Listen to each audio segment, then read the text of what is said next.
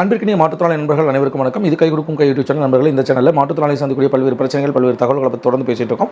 அந்த இடத்துல இன்றைக்கி நம்ம என்ன பேச போகிறோம் அப்படின்னா, விபிஜி ராம்ஜி என்று சொல்லக்கூடிய 100 நாள் வேலை திட்டத்தை ஒன்றிய அரசு இந்த மாதம் ஜூலை மாதம் 1ஆம் தேதி முதல் நாடு முழுவதும் அமல்படுத்தி இருக்கிறது. இந்த விபிஜி ராம்ஜி என்று சொல்லக்கூடிய இந்த 100 நாள் வேலை திட்டம் மாற்றுத்திறனாளிகளுக்கு சாதகமா பாதகமா என்பதை பற்றி தான் இன்றைக்கி விரிவாக பேச போகிறோம். வாங்க வீடியோக்குள்ள போகலாம். கை கொடுக்கும் கை. மாற்றுத்திறனாளிகளின் நலனுக்காக குரல் கொடுப்போம். இணைந்திருங்கள் எம்முடன். நன்றி. நண்பர்களே, கடந்த 20 ஆண்டுகளுக்கு முன்னதாக அப்போதைய ஐக்கிய முற்போக்கு கூட்டணியினுடைய ஆட்சி காலத்தில் மன்மோகன் சிங் அவர்கள் பிரதமராக இருந்தபோது இடதுசாரிகள் அதில் ஒரு அங்கமாக வெளியிலிருந்து ஆதரவு கொடுத்தபோது இடதுசாரி கட்சிகள் கொடுத்த கடுமையான நிர்பந்தத்தின் பலனாக நாடு முழுவதும் மகாத்மா காந்தி தேசிய ஊரக வேலை உறுதி திட்டம் என்கிற அடிப்படையிலே ஒரு திட்டத்தை நிறைவேற்றி கிராமப்புறங்களில் உள்ள அனைவருக்கும் 100 நாள் வேலை என்பதை கட்டாயமாக்கி அதற்கான ஊதியத்தை கொடுப்பது என்று திட்டமானது உருவாக்கப்பட்டது. இந்த திட்டம் வருவதற்கு முன்னால் இந்தியா முழுவதும் கடுமையான பொருளாதார நெருக்கடி, வேலையின்மை போன்ற காரணங்களால் கிராமப்புறங்களிலிருந்து பலர் நகர்ப்புறங்களுக்கு குடியேறுவது என்பது நடந்து கொண்டே இருந்தது. குடிபெயர்வு என்பதும் நடந்து கொண்டே இருந்தது. இப்படிப்பட்ட குடிபெயர்வை தடுக்க வேண்டும்.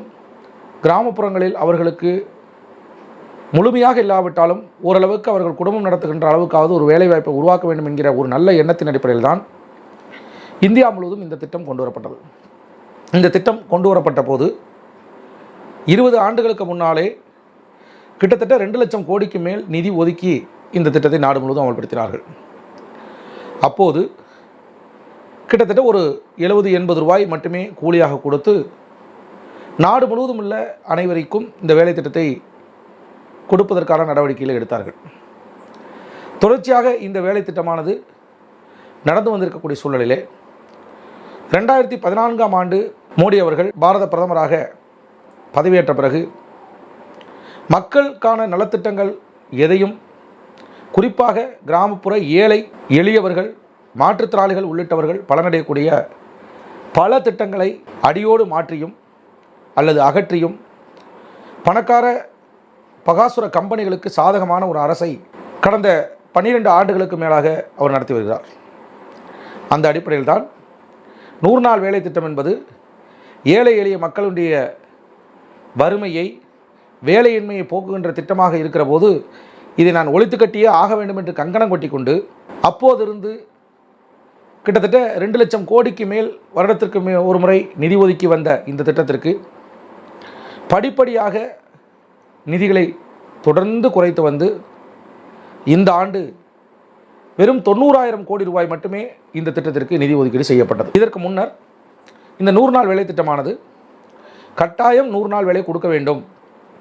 அதே போல் வேலை கொடுக்கவில்லை என்றால் வேலை கொடுக்காத நாட்களுக்கு பாதி சம்பளத்தை கொடுக்க வேண்டும் என்பன போன்ற பல்வேறு சிறப்பு அம்சங்கள் அந்த 100 நாள் வேலை திட்டத்திலே இருந்தது. மோடி ஆட்சிக்கு வருவதற்கு முன்னர் சற்றேறக்குரிய 60லிருந்து 80 நாட்கள் வரை இந்தியா முழுவதும் வேலை பார்த்த நிலைமை மாறி இந்தியாவுடைய சராசரியாக 100 நாள் வேலையை முழுமையாக முடித்தவர்களுடைய எண்ணிக்கை மோடி அவர்கள் ஆட்சி காலத்திலே 4% மட்டுமே என்றால் எந்த அளவிற்கு இவர்கள் முழுமையாக 100 நாள் வேலையை கொடுத்திருக்கிறார்கள் என்று பார்க்க வேண்டும். கடுமையாக நிதியை சுருக்கி வேலையை கொடுக்காமல் மக்களை இந்த திட்டத்தை விட்டு விரட்டி அடிக்க வேண்டும் என்கிற ஒரே நோக்கத்தோடு தான் இந்த திட்டமானது செயல்பட்டு வந்தது. இப்படிப்பட்ட சூழ்நிலையில் மக்களை ஏமாற்றுவதற்கு அவர்களுடைய ஆசையை தூண்ட வேண்டும். ஆசையை தூண்டினால் அவர்கள் அதற்கு அடிபணிவார்கள். அதன் மூலமாக படிப்படியாக இந்த திட்டத்தை அழித்து ஒழித்து விடலாம் என்கிற நடைமுறையை தொடர்ந்து மோடி அரசாங்கம் கடைபிடித்து வருகிறது.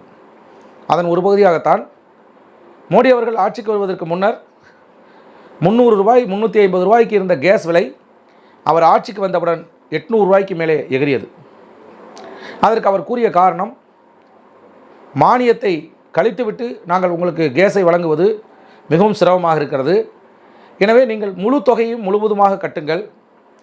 நாங்கள் உங்களுக்கு உங்களது வங்கி கணக்கில் இந்த மானிய தொகையை முழுவதுமாக ஏற்றி விடுகிறோம் என்று சொன்னார்கள். எப்போ கழிச்சிட்டு கொடுத்தாலே ஒரு வேலை முடிஞ்சு போச்சு. இனி நான் முழுசாக கட்டி அதை நீ கணக்கு பார்த்து திருப்பி என் அக்கௌண்ட்டுக்கு அனுப்பிச்சு அதை போய் நான் பேங்கில் போய் எடுத்து எதுக்கு இப்படி, இது தேவையற்ற செயல் என்று பலரும் கூறினார்கள். ஆனாலும் மோடி அவர்கள் விடாப்பிடியாக கேஸுக்கான மானியத்தை வங்கிக் கணக்கில் தான் செலுத்துவேன் என்று சொல்லி நாடு முழுவதும் வங்கிக் கணக்கை துவங்குவதற்கு சிறப்பு முகாம்களை நடத்தி லட்சக்கணக்கான கோடிக்கணக்கான வங்கிக் கணக்குகளை துவங்கினார். என்ன நடந்தது? மோடி அவர்கள் ஆட்சிக்கு வருகிற போது 350 ரூபாயிலிருந்து 400 ரூபாய் வரை மானியமாக வந்துட்டு கொண்டிருந்த கேஸ் இன்றைக்கு வெறும் 40 ரூபாயில் வந்து நிற்கிறது. அந்த மானியம் படிப்படியாக வெட்டி சுருக்கப்பட்டு இனிமேல் மானியமே வராது என்கிற மனநிலைக்கு மக்களை ஆட்படுத்தியிருக்கிறார்கள். அது மட்டுமல்ல, வங்கிக் கணக்கே தேவைப்படாதவர்களுக்கு கூட கேஸ் மானியம் வங்கிக் கணக்கில் மட்டுமே போட வேண்டும் என்று சொல்லி எல்லோரையும் வங்கிக் கணக்கு துவங்க வைத்து ஜீரோ பேலன்ஸ் அக்கௌண்ட் என்று சொல்லி ஏமாற்றி வங்கிக் கணக்கை துவக்கி வைத்துவிட்டு இப்பொழுது சமீப காலமாக உங்களது வங்கிக் கணக்கில் போதிய கையிருப்பில்லை, மினிமம் பேலன்ஸ் இல்லை என்று சொல்லி அதற்காக ஒரு கட்டணத்தை சாதாரண ஏழை எளிய மக்களிடமிருந்து பறித்து இன்றைக்கு பல்லாயிரக்கணக்கான கோடி ரூபாய்களை நம்மிடமிருந்து வாரி சுருட்டி கொண்டிருக்கிறார். இப்படியாக தொடர்ச்சியாக எல்லோரையும் ஆசை வார்த்தை கூறி ஏமாற்றுவதைப் போல தற்போது என்ன செய்திருக்கிறார்? 100 நாள் வேலை திட்டத்தை மகாத்மா காந்தி தேசிய ஊரக வேலை உறுதிச் சட்டம் என்பதை பெயரை மாற்றி விபிஜி ராம்ஜி என்கிற திட்டத்தை அறிமுகப்படுத்துவதோடு இனி 100 நாள் அல்ல 125 நாட்கள் உங்களுக்கு நாங்கள் வேலை தருவோம் என்று சொல்லி 2026 ஜூலை 1 முதல் நாடு முழுவதும் இந்த திட்டத்தை அமல்படுத்தியிருக்கிறார். இந்த திட்டம் மாற்றுத்திறனாளிகளுக்கு மட்டுமல்ல, சாதாரண ஏழை எளிய மக்களுக்கும் கிராமப்புற வறுமையை ஒழிக்க வந்த இந்த திட்டம் படிப்படியாக மூடப்போகிறது என்பதற்கு பல உதாரணங்களை சொல்ல முடியும். ஏனென்று சொன்னால், இந்த 100 நாள் வேலை திட்டத்திற்கான நிதி கிட்டத்தட்ட 90% மேல் மத்திய அரசும் 10% மட்டுமே மாநிலங்களும் பகிர்ந்து இந்த திட்டத்தை இந்தியா முழுவதும் அமல்படுத்தி வந்தார்கள். ஆனால் தற்போதுள்ள விபிஜி ராம்ஜி திட்டத்தின்படி பார்த்தால் 60% மட்டுமே மத்திய அரசாங்கமும் 40% மாநில அரசாங்கமும் நிதி கொடுக்க வேண்டும் என்று சொல்கிறார்கள். ஏற்கனவே மாநில அரசுகள் நிதி நெருக்கடியில் கடுமையாக தத்தளித்துக் கொண்டிருக்கின்றன. இங்கு வரக்கூடிய விற்பனை ஆகக்கூடிய நாம் வாங்கக்கூடிய அனைத்து பொருட்களுக்கும் ஜிஎஸ்டி என்பது விதிக்கப்படுகிறது. இந்த ஜிஎஸ்டி வருமானம் முழுவதும் மத்திய அரசாங்கத்திற்கு தான் செல்கிறது. அப்படி செல்லக்கூடிய வரி வருவாயிலே மாநிலங்களுக்கு பகிர்ந்தளிக்க வேண்டிய ஒன்றிய அரசாங்கம் மாற்றாந்தாய் மனப்பான்மையோடு எதிர்க்கட்சிகள் ஆளுகின்ற மாநிலங்களுக்கு ஒரு மாதிரியாகவும் ஆளுங்கட்சி ஆளுகிற மாநிலங்களுக்கு ஒரு மாதிரியாகவும் நிதி பகிர்வு செய்து வருகிறது. உதாரணமாக, உத்தரப்பிரதேச மாநிலத்திலிருந்து 1 ரூபாய் ஜிஎஸ்டியாக வரி வசூலித்து கொடுத்தால் அந்த மாநிலத்திற்கு 2 ரூபாய் 75 பைசாவை திருப்பித் தருகிறது. அதே தமிழ்நாடு போன்ற மாநிலங்கள் 1 ரூபாயை வசூலித்து கொடுத்தால் 29 பைசாக்களை மட்டுமே திருப்பித் தருகிறது. ஆக எதிர்க்கட்சி ஆளுகிற மாநிலங்கள், ஆளுங்கட்சி ஆளுகிற மாநிலங்கள் என்று பாகுபாடு பார்த்து ஏற்கனவே பல மாநிலங்களை நிதி நெருக்கடியில் தள்ளியிருக்கிறார்கள். கடந்த ஜூன் மாதம் 2ஆம் தேதி தமிழக முதலமைச்சரை மாற்றுத்திறனாளிகளுக்கான உதவித்தொகை வேண்டி நாம் நேரில் சென்று சந்தித்த போது பல்வேறு விஷயங்கள் குறித்து பேசிய போது அவர் நம்மிடம் கூறியது மிக முக்கியமான விஷயம். கடந்த திமுக ஆட்சி காலத்திலே கடுமையாக நிதி நெருக்கடியை உருவாக்கியிருக்கிறார்கள். அரசு கஜானா காலியாக இருக்கிறது. எனவே நாங்கள் அதை சீர்படுத்தி கொண்டிருக்கிறோம். கட்டாயம் உங்களுக்கு உதவித்தொகையை உயர்த்தி கொடுப்போம் என்று சொன்னார். அப்போ உதவித்தொகை என்பது எல்லா மாற்றுத்திறனாளிகளுக்கும் கட்டாயம் கொடுத்தாக வேண்டியது. ஆனால் 100 நாள் வேலை என்பது கட்டாயம் கொடுக்க வேண்டிய அவசியம் இல்லை. ஏனென்றால் அது கிராமப்புற மாற்றுத்திறனாளிகளுக்கு மட்டும்தான். பேரூராட்சியிலோ நகராட்சியிலோ மாநகராட்சியிலோ வசிக்கிற மாற்றுத்திறனாளிகளுக்கு அது கிடையாது. கட்டாயம் கொடுக்க வேண்டிய மாற்றுத்திறனாளிக்கான உதவித்தொகைக்கே நிதி குறைவாக இருக்கிறது என்று சொல்லுகிற டிவிகே தலைமையிலான திரு ஜோசப் விஜய் அவர்கள் தலைமையிலான அரசு எப்படி 100 நாள் வேலை திட்டத்திலே 40% நிதியை கொடுக்கும் என்பது கேள்விக்குறிதான். கட்டாயம் எங்களது பார்வையில் மாநில அரசாங்கம் இந்த 40% நிதியை கொடுக்காது. ஏற்கனவே மத்திய அரசாங்கம் 90%, 10% என்கிற நிலை தொடர்ந்தால் மட்டும்தான் 100 நாள் வேலை என்பது ஓரளவுக்காக தமிழ்நாட்டில் கிடைக்கும். ஆனால் 60% மத்திய அரசாங்கமும் 40% மாநில அரசாங்கம் என்கிற போது கண்டிப்பாக இந்த நிதியை கொடுப்பதற்கான வாய்ப்பில்லை. அப்படி கொடுக்காத போது மிகப்பெரிய அளவில் நெருக்கடி என்பது ஏற்படும்.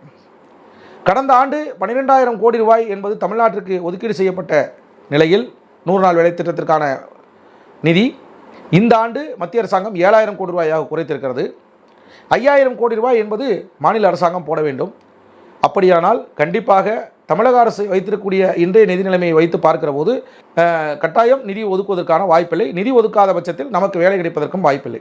கடந்த பல ஆண்டுகளாக இந்தியா முழுவதும் சராசரியாக 4% பேர் மட்டுமே 100 நாள் வேலை திட்டத்தில் முழுமையாக வேலை பார்த்திருக்கிற சூழ்நிலையில் கிட்டத்தட்ட 2 லட்சத்திலிருந்து 4 லட்சம் கோடி ரூபாய்க்கு மேல் நிதி ஒதுக்கினால் மட்டும்தான் 100 நாள் வேலையாவது முழுமையாக கொடுக்க முடியும்.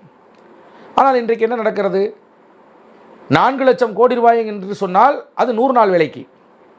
ஆனால் நீங்கள் என்ன அறிவித்திருக்கிறீர்கள்? விபிஜி ராம்ஜி திட்டம் என்று சொல்லி 125 நாளாக வேலையை அறிவித்திருக்கிறீர்கள்.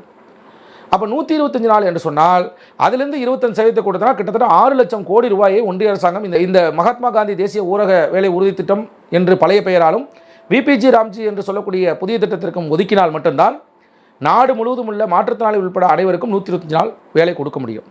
ஆனால் இவர்கள் என்ன சொல்கிறார்கள்? 60,000 கோடி ரூபாயை மட்டும் ஒதுக்கிவிட்டு கிட்டத்தட்ட 10ல் 1 பங்கு நிதியை ஒதுக்கிவிட்டு 125 நாள் வேலை கொடுப்பேன் என்று சொல்வது யாரை ஏமாற்றுவதற்கு? நம்மளே இருக்கோம், ஒரு வீடு கட்டுறோம், 10 பேரை வச்சு வேலை வாங்கிட்டு இருக்கோம், ஆளுக்கு 500 ரூபா சம்பள வேலை 5000 கொடுத்துட்ருக்கோம்.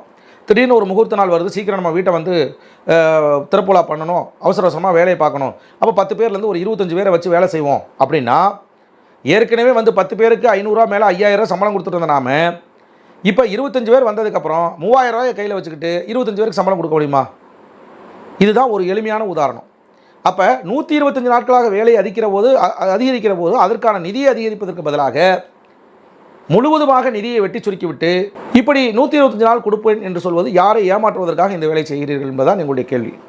ஆக இப்படிப்பட்ட மோசடித்தனமான மாற்றுத்திறனாளிகளை, ஏழை எளிய மக்களை வஞ்சிக்கக்கூடிய இந்த 125 நாள் வேலை திட்டம் என்று சொல்லக்கூடிய விபிஜி ராம்ஜி திட்டம் என்பது கட்டாயம் எங்களுக்கு தேவையில்லை. திட்டம் அமல்படுத்துகிற நாளை இந்தியா முழுவதும் கருப்பு நாளாக அனுசரித்து கருப்பு சட்டை அணிவது, கருப்பு பேட்ச் அணிவது, கருப்பு கொடி ஏற்றுவது என்று மாற்றுத்திறனாளிகள் நாடு முழுவதும் தங்களது எதிர்ப்பை தெரிவிக்க வேண்டும் என்று ஊனமுற்றோருக்கான தேசிய மேடை அறிவித்ததன் அடிப்படையில் தமிழ்நாடு அனைத்து வகை மாற்றுத்திறனாளிகள் மற்றும் பாதுகாப்போர் உரிமைகளுக்கான சங்கம் தமிழ்நாடு முழுவதும் 1ஆம் தேதி மறியல் போராட்டம் செய்து கருப்பு பேட்ஜ் அணிந்து அந்த விபிஜி ராம்ஜி சட்ட நகலை கொளுத்தி போராட்டம் நடத்த வேண்டும் என்று கூறியதன் அடிப்படையில் 100க்கும் மேற்பட்ட மையங்களில் பல்லாயிரக்கணக்கான மாற்றுத்திறனாளிகள் திரண்டு இந்த விபிஜி ராம்ஜி சட்டத்தை எதிர்த்து போராட்டம் நடத்தியிருக்கிறார்கள். 10,000க்கும் மேற்பட்ட மாற்றுத்திறனாளிகள் கைது செய்யப்பட்டு மாலையில் விடுவிக்கப்பட்டிருக்கிறார்கள். ஆக இப்படி மோசமான மாற்றுத்திறனாளிகளுக்கு விரோதமான சட்டத்தை தொடர்ந்து இயற்றிக் கொண்டிருக்கக்கூடிய, மாற்றுத்திறனாளிக்கு விரோதமான செயல்களை தொடர்ந்து செயல்படுத்தி கொண்டிருக்கக்கூடிய மோடி அரசை வன்மையாக கண்டிக்கிறோம். ஏற்கனவே இருக்கின்ற மகாத்மா காந்தி தேசிய ஊரக வேலை உறுதி திட்டமே திரும்ப தொடர வேண்டும். 100 நாள் வேலைக்கான நிதியை நீங்கள் அதிகப்படுத்த வேண்டும். ஒன்றிய அரசாங்கமே இதற்கான முழுமையான நிதியை கொடுக்க வேண்டும். மாநில அரசாங்கங்கள் ஏற்கனவே இருந்த நடைமுறையை பின்பற்ற வேண்டும். மாநில அரசுகளிடமிருந்து நிதியை நீங்கள் வாங்கக்கூடாது. இது மட்டுமல்ல, இன்னும் ஏராளமான இதில் மோசடியான திட்டங்கள். இதற்கு முன்னால் 100 நாள் வேலை திட்டத்தில் என்ன வேலை செய்வதை அந்தந்த பஞ்சாயத்துகள் முடிவு செய்த நிலையில் இப்பொழுது அந்த பஞ்சாயத்துகள் முடிவு செய்யாது, நாங்கள் தான் முடிவு செய்வோம் என்று ஒன்றிய அரசாங்கம் கூறுவது அது எந்த வகையிலும் ஏற்புடையதல்ல.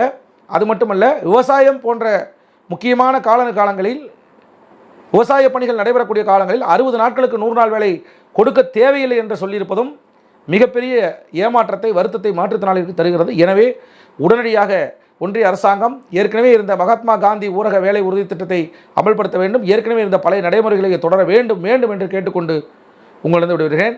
நண்பர்களே, இந்த காணொலி உங்களுக்கு பிடிச்சிருக்க நம்புறேன். இந்த காணொலி பற்றிய விமர்சனங்களை கமெண்ட்ஸில் போடுங்க. மறக்காமல் இந்த சேனலை சப்ஸ்கிரைப் பண்ணுங்கள், லைக் பண்ணுங்கள், ஷேர் பண்ணுங்கள். நன்றி, வணக்கம்.